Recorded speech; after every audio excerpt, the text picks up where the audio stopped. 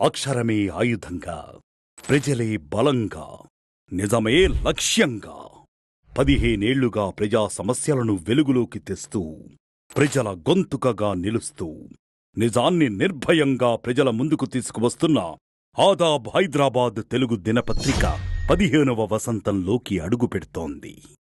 ఈ సందర్భంగా నిర్వహిస్తున్న ఆదాబ్ హైదరాబాద్ 15వ వార్షికోత్సవ వేడుకలకు మీరు, మీ కుటుంబ సభ్యులు, మిత్రులు, శ్రేయోభిలాషులతో కలిసి విచ్చేసి కార్యక్రమాన్ని విజయవంతం చేయాలని కోరుకుంటున్నాం.